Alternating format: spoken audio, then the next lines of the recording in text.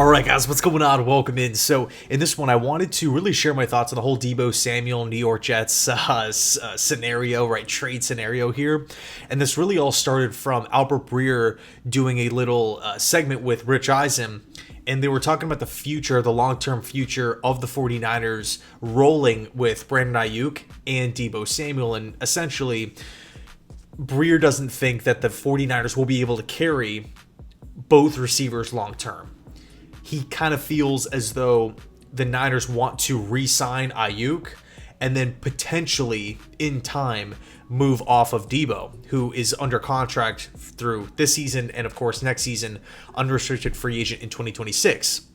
So both Rich and Albert were talking about, different outcomes. And Breer basically said that it is realistic for a team out there to pry away Deebo Samuel. And he used the New York Jets as an example, suggesting, hey, if the Jets, an all-in win-now team want to give up a first-round pick for Samuel, you would assume that first-round pick would be pretty low in the draft, late 20s at least. The Niners, would he could essentially see the San Francisco 49ers doing that. And the Niners would move forward with Ayuk and Pearsall at the wide receiver position. So he didn't, long story short, he didn't say, be on the lookout for this happening or the Jets are interested in moving the first round pick. It was just purely like a hypothetical, but there's a lot of people that are talking about it. So I kind of wanted to give my 2 cents on it. I do not like this idea at all. I like Deebo Samuel. I think he's a good player. But at 28 years old, first of all, let's talk about the Jets side of it first, right? This is a football team that has a lot of one-year contracts riddled throughout the roster, right? Just guys that are just popping into my head. Mike Williams, Morgan Moses, Tyron Smith, Ashton Davis, Javon Kinlaw, Lekki Fotu, Hassan Reddick, Michael Carter is on an expiring deal. DJ Reed is on an expiring deal. That's what, 7 or 8 starters? That is, that's a good chunk of the team there. Also, you have to factor in, the money that we're going to be paying Sauce Gardner, Garrett Wilson, what's going to happen with Breece Hall. So there's, right now the Jets are projected to have around $70 million in cap space for 2025. How low will that number drop once we start re-signing guys or adding other pieces? We take a look at a guy in Deebo Samuel. He's owed $28 million for this upcoming season. Over $28 million for the season. After that, in 2026, he's on the books for $24 million. Right, in 2026. So in this hypothetical trade, the Jets would give up a 2025 first. You would get Deebo Samuel in on a pretty expensive, quite frankly, a really expensive contract for 2 seasons. Now, would Deebo Samuel help out this football team? Yes. Would he be a massive upgrade to the wide receiver group? 100%. I think him and Aaron Rodgers would be a really, really nice combination. But when I look at Deebo Samuel right now, I look at a guy who is, again, 28 years old, coming off back-to-back seasons where he hasn't reached 1,000 yards, getting paid a ton, right? I just don't know.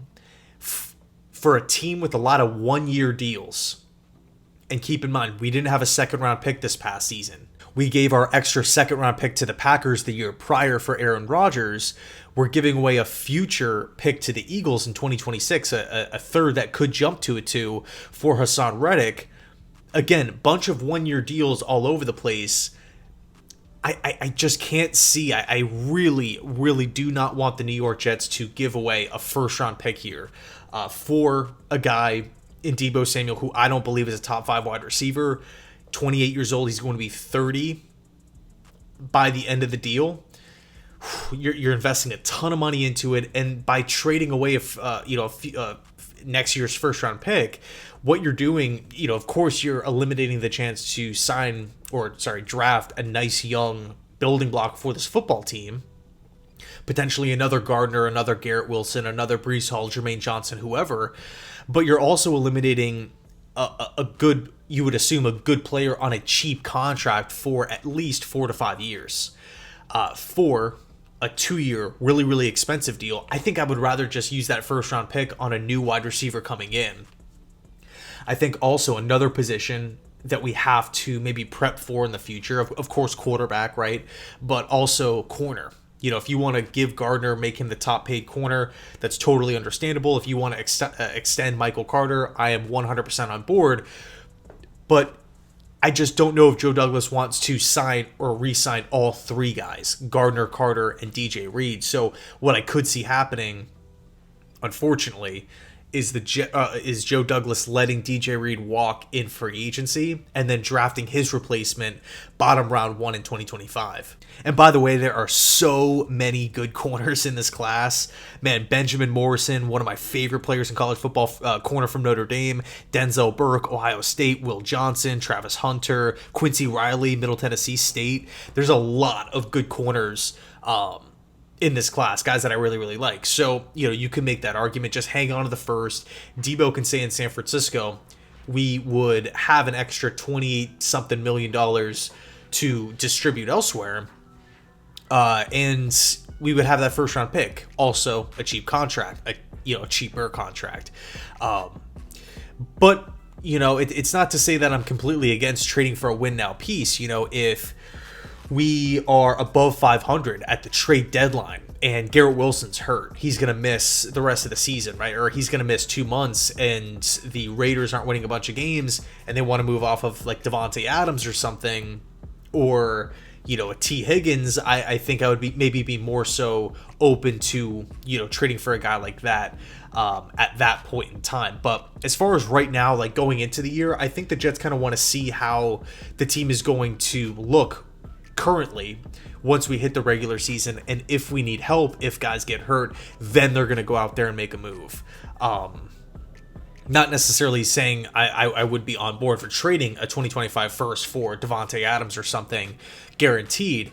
It's just I think I would be more open to the idea at that point in time as opposed to right now, gearing up for training camp. So anyway, let me know your thoughts down below in the comment section. Thanks so much for watching, and as always, go Jets.